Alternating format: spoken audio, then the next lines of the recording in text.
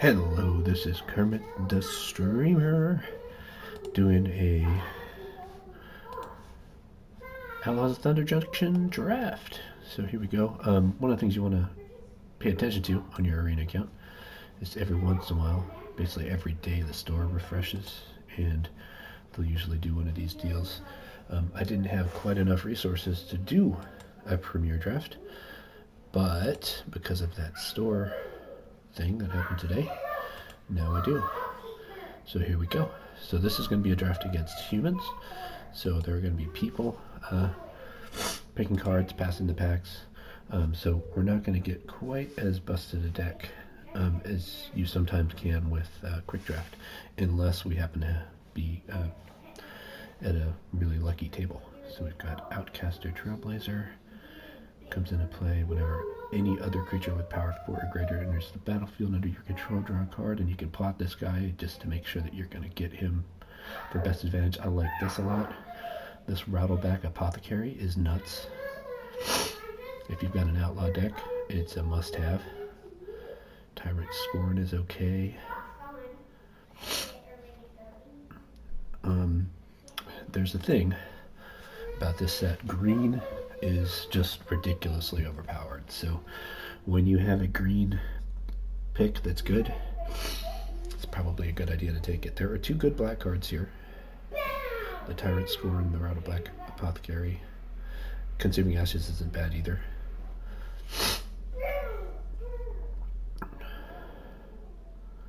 Thunder Lasso isn't terrible.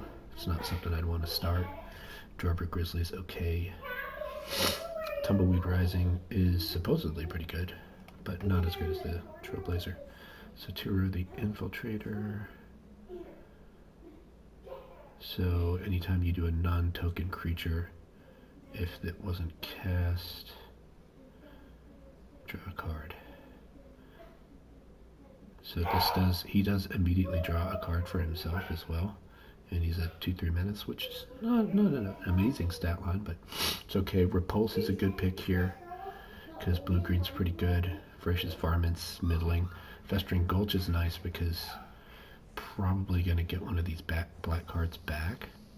Don't care for Gold Rush personally. So it comes down to Repulse or the Gulch. And the thing here is that Gulch is a more versatile pick. It just opens up black as a potential splash color. I like to take lands early, even though I don't necessarily know that I have anything to do with them. Lands, especially dual lands, are just huge. If you're going to be splashing, they give you the ability to do so really well. The best card in this pack is most certainly Longhorn Sharpshooter.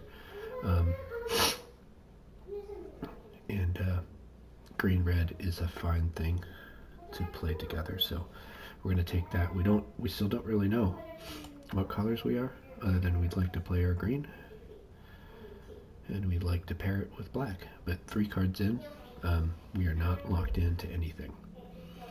We picked the best card, I think, or at least something that was in the running. What's this guy? Loot the Key to Everything. I love the art.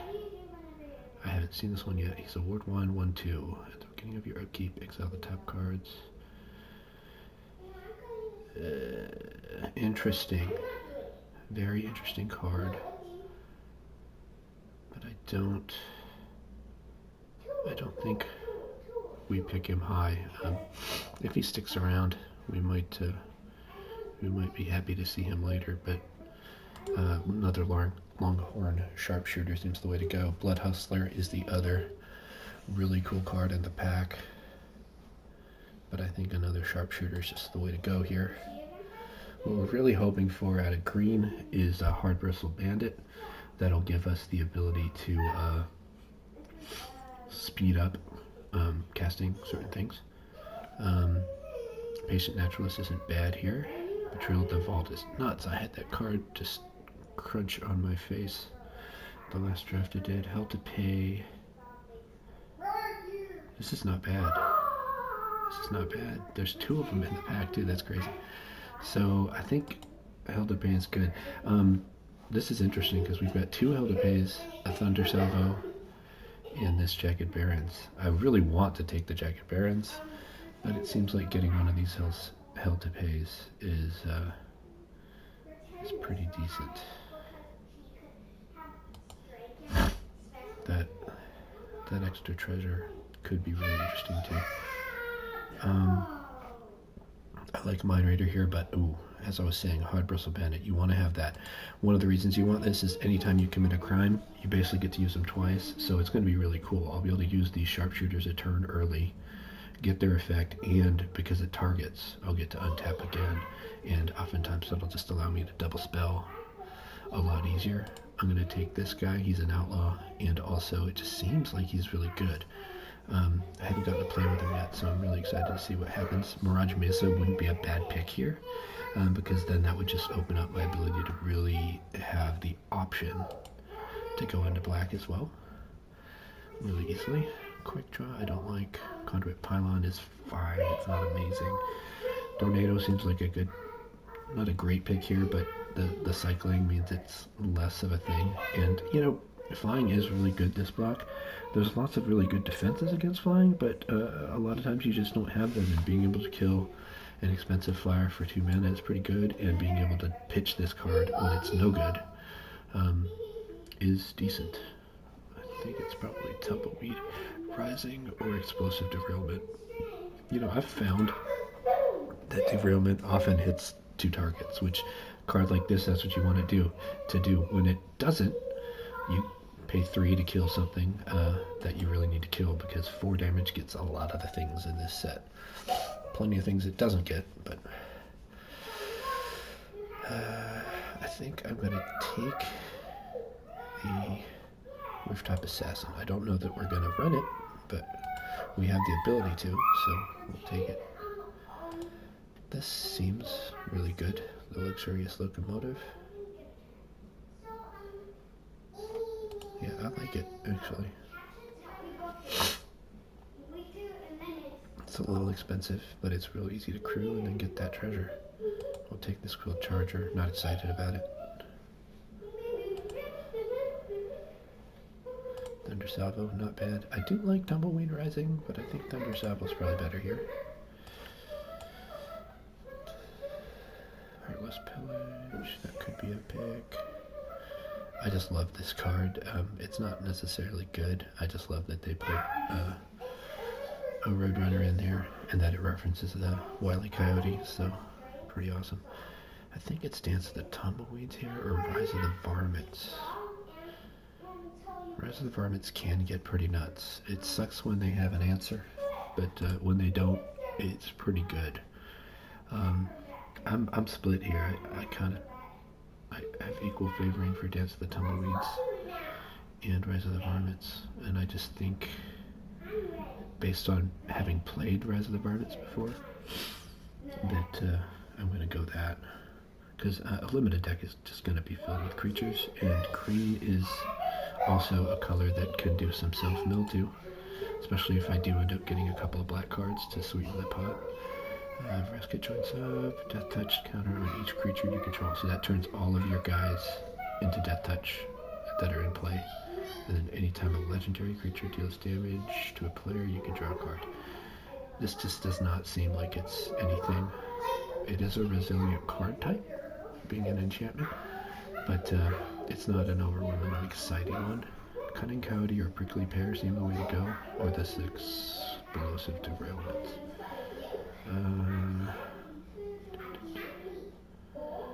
Go with the Coyote.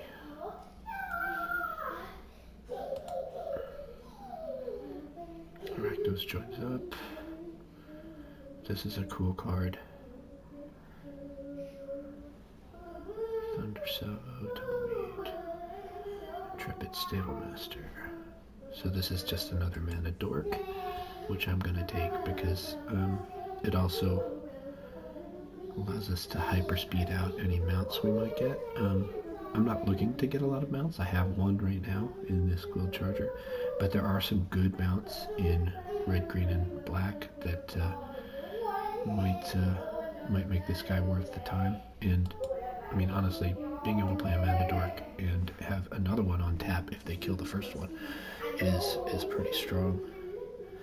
I'll take the dual land here. This just opens up our ability to make sure that we can play black. I don't think this block is a block for Fling. There are times when Fling is amazing. This is not one of them, I don't think. Jack and Barons. We can also go Outlaw with this pool. We've got a lot of Outlaws already. I think I'm going to take this Armadillo. I was really sad that I didn't get one of these my last draft. I could get a third Mana Dork, and that is really tempting because it just guarantees I'm going to get one every game. But I think here I need to have something to accelerate out. Yeah, this guy is so hard to deal with, and if you get him too early, you can always cycle him for mana. I like the pylons here. I don't think it's as good as another Coyote. So it's looking like we're building a very low curve aggro deck with a couple of high-end payoffs. The giant beaver. You know, I always want a beaver, but I think prickly pear is right here. It's 1 mana cheaper, and even though it's not as much to affect the board, we're going wide, we're going aggro. We're trying to do as much as we can, as fast as we can do it. I like it. Lackey is not my favorite, but last block, the Heron was really good, and this is less good, but it does attack on turn 1 and does upgrade itself for a card at some point in the game. Nothing good here that we would even want to play. Maybe Fake Your Own Death or the Forlorn Flats for some sort of rare legend. So I'm just going to take a rare. When I have absolutely nothing, I'll take that rare because it counts toward your vault progress. You can kind of, by proxy, call a rare 20 gems. Because eventually you'll have 4 of them. Nothing good here. Another Fake Your Own Death, which I just don't see as being a thing that this deck wants to be playing a lot. So I'll take the uncommon. Oasis Gardener. This is another Mana Dork. Not a great one, but I'll still take it. So we're to the point to where that extra Surveil from this Conduit Pylons could be a thing. We might take this and pull it out, but if we get any Deserts Matter stuff, then it's really going to be useful. Assimilation, Aegis.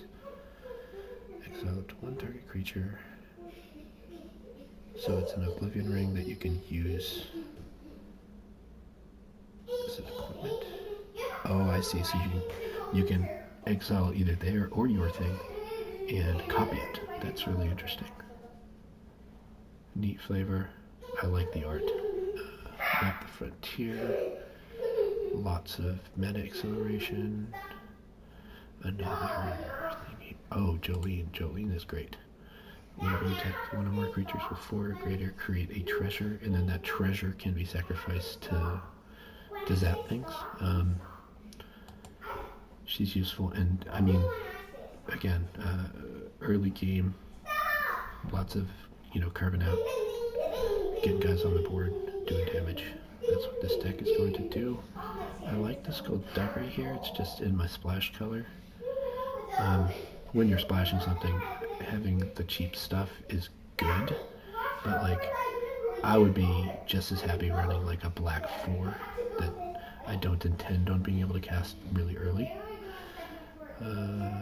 But I think Snakeskin Veil is actually the pick here because it will do kind of the same thing that Skullduggery does. And it's just in one of my main colors. Stingerback Terror. I haven't even seen this card yet. 7/7 trampo, -1/-1 for each card in your hand, and you can plot it so you only put it out whenever it's going to be big. Yeah, that's easy. I do love Highway Robbery a lot more than I probably should, and Screw the Critics isn't terrible. But this is just a bomb. Especially when you've got a low curve deck, you're going to have a pretty empty hand most of the time, so it's going to be huge. Hey, I'm busy at the moment.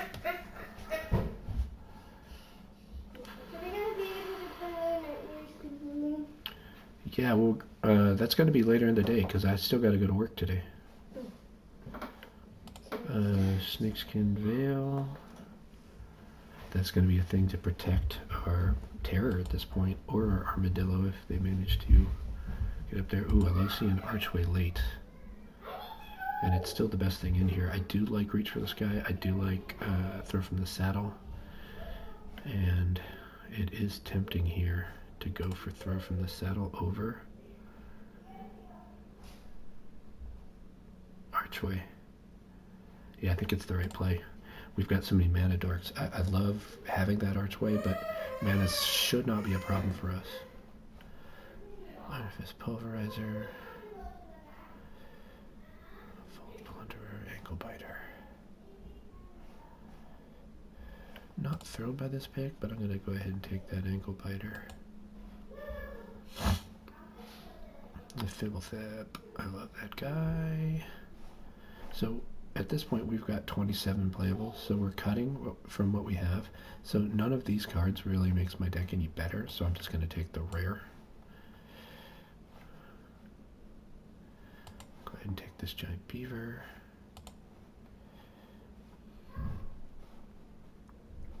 Again, nothing I think that makes our deck better right here. I don't ever want to have two Reckless Lackeys in play, and it's not high priority that I draw it, so I'm taking a rare again.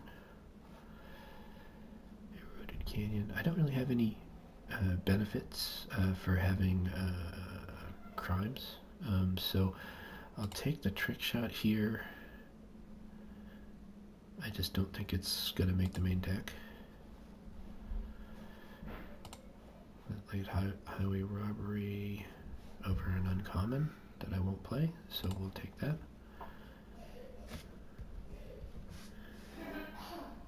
All we're going to do here is just finish drafting and deck building. I'll be playing the games later. Like I was telling my girls, I'm going to have to go to work, so I think at this point the Rooftop Assassin is not so good that we need to splash it, and we don't have any synergies for playing these tap lands, really, so they're going, and we don't really have a good reason to play the pylons necessarily either, although just a thing of incidental scry in a two-color deck seems like it's okay. Yeah, I think it's okay to keep that. It's not going to disrupt our mana consistency to play it. So, looking at the thing, so let's see. Got lots of mana dorks. Coyotes are okay. I'm not thrilled about this varmint, but I've talked about it a little bit before, but you know, enchantments are kind of hard to kill, and there are a lot of good artifacts running around in this block, so it's going to be good. It seems like this Outcast Trailblazer is not going to be amazing for us unless we run some of these cards I'm not super thrilled about running. I basically only have what should be 5 things, I think, that it gets to draw a card from. So that's a little lame. I don't actually think I want to play the Locomotive. What's my creature count? 18. Non-creatures 10. So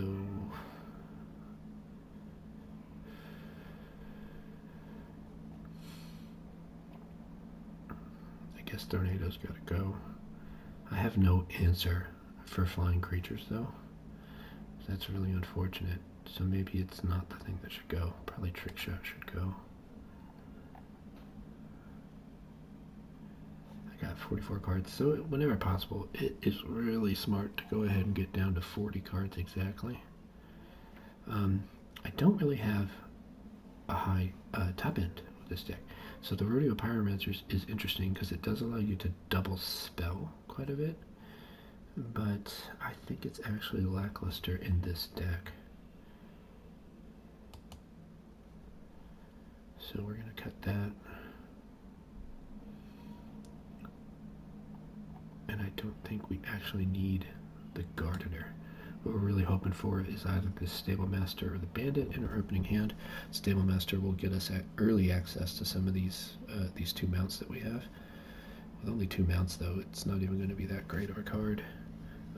That Oasis Gardener is probably better suited in a deck that wants to get 3 colors, which is not my deck. So we're at 42 now. 16 creatures, 9 non-creatures. So, let's see. It's always the hardest to bring it down from here. Beaver, Charger, Varmints, Jolene.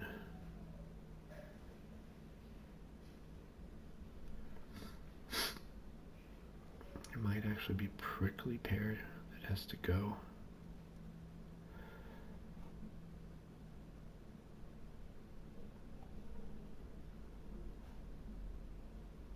I think Prickly Pear and Reckless Lackey. Now that does bring our overall creature count down. So I think what I'm going to do is I'm going to take out the Snakeskin Veil and put back in the Prickly Pear.